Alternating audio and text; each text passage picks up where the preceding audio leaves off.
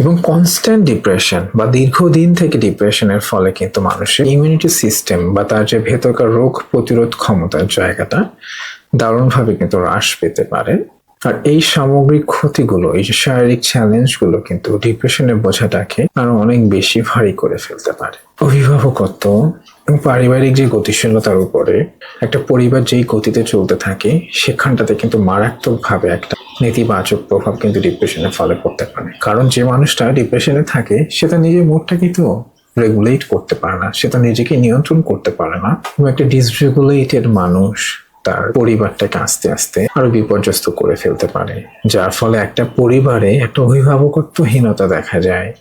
ওই মানুষটাকে কে থামাবে, কে রক্ষা করবে, সেই মানুষটা নিজে ভালো থাকতে পারছে না, পরিবারে কেউ তাকে ভালো রাখতে পারছে না।